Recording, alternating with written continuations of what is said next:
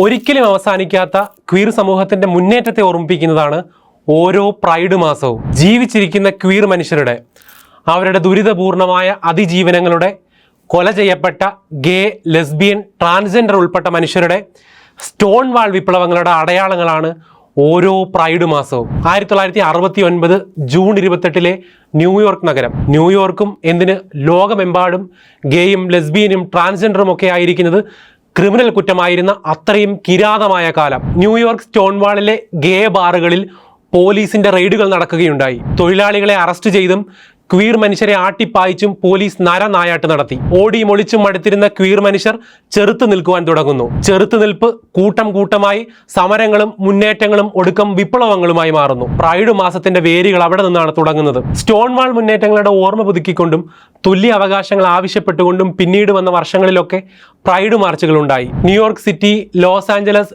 Chicago എന്നീ നഗരങ്ങളിലൊക്കെ pride മാർച്ചുകൾ നടന്നു. വർഷാവർഷം പ്രൈഡ് മാസാചരണത്തിന് വേണ്ടി പ്രമേയങ്ങൾ പാസ്സാക്കപ്പെട്ടു. 1978 സാൻ ഫ്രാൻസിസ്കോയിൽ ഗിൽബർട്ട് ബേക്കർ രൂപകൽപ്പന ചെയ്ത 8 വർണ്ണങ്ങളുള്ള മഴവിൽ പതാകകൾ ഉയർത്തപ്പെട്ടു. 2000 അമേരിക്കൻ പ്രസിഡന്റ് ബിൽ ക്ലിന്റൺ ജൂണിനെ ഗേ ലെസ്ബിയൻ പ്രൈഡ് മാസമായി പ്രഖ്യാപിച്ചു. 2009 പ്രസിഡന്റ് ബറാക് ഒബാമ ലെസ്ബിയൻ, ഗേ, ബൈസെക്ഷൽ, ട്രാൻസ്ജെൻഡർ പ്രൈഡ് മന്ത് എന്ന് പുനർനാമകരണം ചെയ്തു. ലോകം ഇതെല്ലാം ഏറ്റെടുത്തു. ക്വീർ മനുഷ്യരുടെ സാർവത്രികമായ ദുരിതത്തിൽ അവർ ഐക്യദാർഢ്യങ്ങൾ ഉണ്ടാക്കി. ജൂൺ മാസം ലോകമെമ്പാടും പ്രൈഡ് മാർച്ചുകൾ നടന്നു. സ്റ്റോൺവാളിൽ തുടങ്ങിയത് ന്യൂയോർക്കും ലോസ് ആഞ്ചലസും ഷിക്കാഗോയും കടന്നു മലാവിയിലും മൗറീഷ്യസിലും ഉഗാണ്ടയിലും എത്തി. ഡൽഹിയിലും ത്രിപുരയിലും കൊച്ചിയിലും നടന്നു. സ്വവർഗ വിവാഹം കൊടും കുറ്റമാണെന്ന് പറയുന്ന, സ്വവർഗബന്ധം ഇന്ത്യൻ സംസ്കാരത്തിന് നിരക്കാത്തതാണെന്ന് പറയുന്ന സർക്കാരുകൾ അധികാരത്തിലുള്ള രാജ്യത്ത് ക്വീർ മനുഷ്യരെ തല്ലിയോടിക്കുന്ന സമൂഹത്തിൽ ഓരോ പ്രൈഡ് മാസവും അനിവാര്യതകളാണ്. ഓരോ ഐക്യപ്പെടലും അവകാശങ്ങളാണ്.